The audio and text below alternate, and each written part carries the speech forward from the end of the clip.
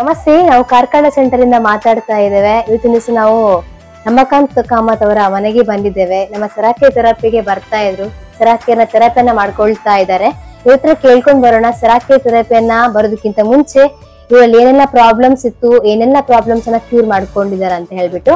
Okay, ನಮಸ್ತೆಪ್ಪ. ನಮಸ್ತೆ. ಥೆರಪಿಗೆ ಎಷ್ಟು time ಇಂದ ಬರ್ತಾ ಇದ್ದೀರಾ, ಎಲ್ಲಿಂದ ಬರ್ತಾ ಇದ್ರಿ ನೀವು? ನಾನು 17 ಜನವರಿಗೆ ಸ್ಟಾರ್ಟ್ ಮಾಡಿದ್ದು. ಈಗ ನಾನು ತೆಳ್ಳಾರ್ ರೋಡ್ ಕಾರ್ಕಳ್ನಿಂದ ಬಂದೆ. ಓಕೆ, ಸರಾಕೆರಿಗೆ ಬರ್ಬೇಕಾದ್ರೆ ಯಾವ ಪ್ರಾಬ್ಲಮ್ಸ್ಗೋಸ್ಕರ ನೀವು ಸರಾಕೆರಿಗೆ ಬಂದ್ರಿ ಅಪ್ಪ?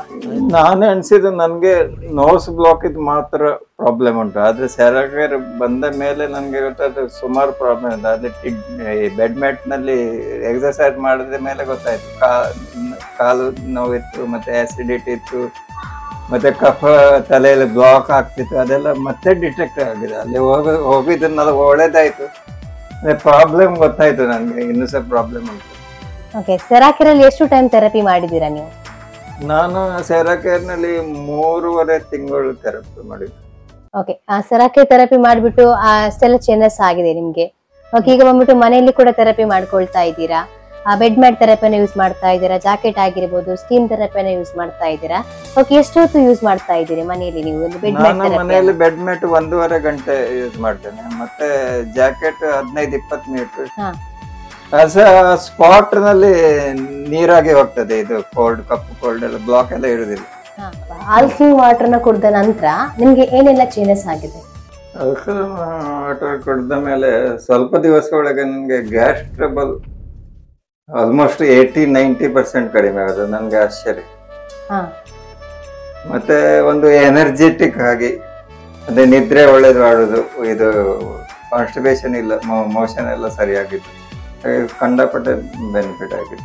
ಓಕೆ, ಟ್ಯಾಬ್ಲೆಟ್ಸ್ ಏನಾದ್ರು ತಗೊಳ್ತಾ ಇದ್ರೆ ಗ್ಯಾಸ್ಟ್ರಿಕ್ ಆಗಲಿ, ಮೋಷನ್? ಇಲ್ಲ, ಅದಕ್ಕೆ ಟ್ಯಾಬ್ಲೆಟ್ ಇದುವರೆಗೆ ಇರ್ಲಿಲ್ಲ.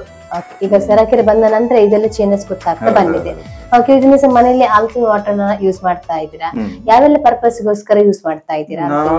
ಇದು ಕುಡಿಲಿಕ್ಕೆ, ಮೀಲ್ಸ್ ಎಲ್ಲ ಮಾಡ್ಲಿಕ್ಕೆ, ಊಟದ ಪದಾರ್ಥ ಎಲ್ಲ ಮಾಡ್ಲಿಕ್ಕೆ, ಮತ್ತೆ ಜ್ಯೂಸ್ ಮಾಡ್ಲಿಕ್ಕೆ.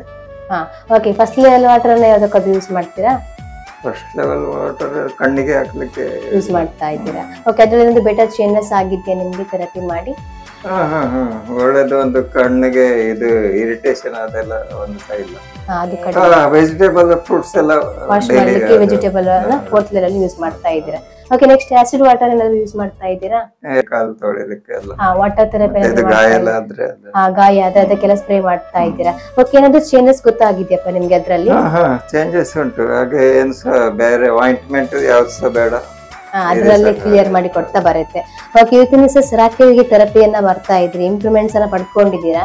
ನಿಮ್ಗೆ ಹೆಲ್ತ್ ಡಿವೈಸ್ ನಿಮ್ಗೆ ಯಾಕೆ ಬೇಕು ಅಂತ ನೀವು ಆ ಟೈಮ್ ಅಲ್ಲಿ ಡಿಸೈಡ್ ಮಾಡಿದ್ರಿ ಅಪ್ಪ? ಅಂದ್ರೆ ನಾನು ಮೆಡಿಕಲ್ ಫೀಲ್ಡ್ ನಲ್ಲಿ ಇದ್ದೆ, ಈ ಮೆಡಿಕಲ್ ಲ್ಯಾಬೋರೇಟರಿ.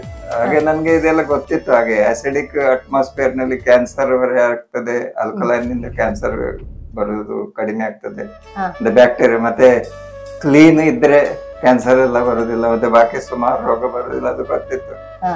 ಈ ಇದ್ರಲ್ಲಿ ಆಯುರ್ವೇದನಲ್ಲಿ ಪಿತ್ತಬಾಧೆಯಿಂದ ರೋಗ ಬರುದು. ಇದು ಪಿತ್ತಬಾಧ ಹೋಗ್ತದೆ. ಹಾಗೆ ಇದು ಎಲ್ಲಾರು ಫಿಕ್ಸ್ ಮಾಡಿದ್ರೆ 70-80% ರೋಗ ಬರುದಿಲ್ಲ.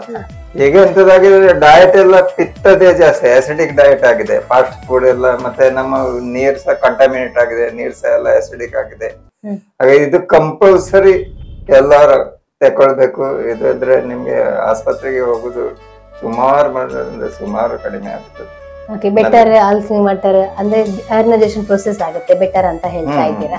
ಓಕೆ, ಅದು ಬಂದು ನಾನು ಇದು ಡೀಟೇಲ್ ನೋಡಿದ್ದೆ, ಸೈಂಟಿಫಿಕಲಿ ಪ್ರೂವ್ಡ್. ಇದು ಸೈಂಟಿಫಿಕ್, ಅದರಲ್ಲಿ ಈ ಮಿನರಲ್ಸ್ ಎಲ್ಲ ಆಡ್ ಆಗಿ, ಮತ್ತೆ ಆಸಿಡಿಟಿ ಹೋಗಿ, ಇದು ಸ್ಮೆಲ್ ಮಣ್ಣೆಲ್ಲ ಹೋಗಿ, ಅದು ಎವಿಡೆನ್ಸ್ ಬೇಸ್ಡ್ ಇದು ಎವಿಡೆನ್ಸ್. ಹಾಗೆ ನಮ್ಗೆ ವಿಶ್ವಾಸ ಇತ್ತು, ಅದಕ್ಕೋಸ್ಕರ ಇನ್ವೆಸ್ಟ್ ಮಾಡ್ತಾ ಬಂದಿದ್ದೀರಾ.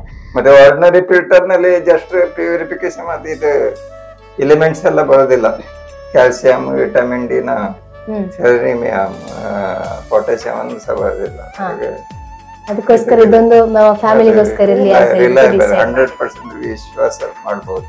ನೀವು ಒಂದು ಹೆಲ್ತ್ ಡಿವೈಸ್ ಅನ್ನ ಮನೇಲಿ ಯೂಸ್ ಮಾಡ್ತಾ ಇದ್ದೀರಾ, ಇದಕ್ಕೆ ಹಾಕಿದಂತ ಹಣ ನಿಮ್ಗೆ ವೇಸ್ಟ್ ಆಯ್ತು ಅಂತ ಏನಾದ್ರು ಆತರ ಏನಾದ್ರು ಭಾವನೆ ಬಂತಪ್ಪ ನಿಮ್ಗೆ?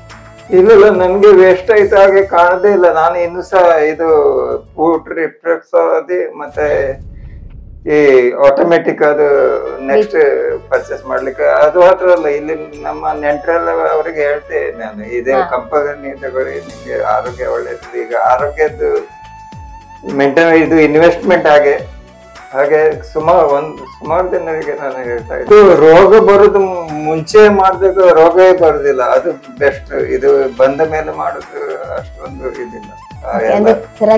ಪ್ರಿವೆನ್ಷನ್ ಆಗಿ ಪ್ರಾಬ್ಲಮ್ ಹೆಲ್ತ್ ಮೇಂಟೈನ್ ಮಾಡ್ಲಿಕ್ಕೆ ಈಗ 20-30 ವರ್ಷದಿಂದ ಪ್ರಾಯದಿಂದ ಸ್ಟಾರ್ಟ್ ಮಾಡ್ಬೇಕು. ಅವರಿಗೆ ರಿಸ್ಕ್ ಜಾಸ್ತಿ ಅಂದ್ರೆ ಫುಡ್ ನಿಂದ ಎಲ್ಲ.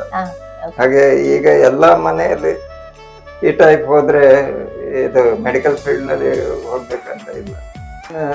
ನಾನು ಹೇಳಿದ್ದು ಸರಕಾರಿಗೆ ಹೋಗಿ ಎವಿಡೆನ್ಸ್ ನಿಮ್ಗೆ ಸಿಕ್ಕಿದ್ರೆ ನೀವು ಪರ್ಚೇಸ್ ಮಾಡ್ಬೋದು. ನಿಮ್ಗೆ ಬಾಕಿಯವರ ಹೇಳುದು, ನಿಮ್ಗೆ ಸಹ ಎವಿಡೆನ್ಸ್ ಸಿಕ್ಕಿದ್ರೆ ನೀವು ಇದು ಮನೆಯಲ್ಲಿ ಪರ್ಚೇಸ್ ಮಾಡಿ ಜಾಸ್ತಿ ಬೆನಿಫಿಟ್.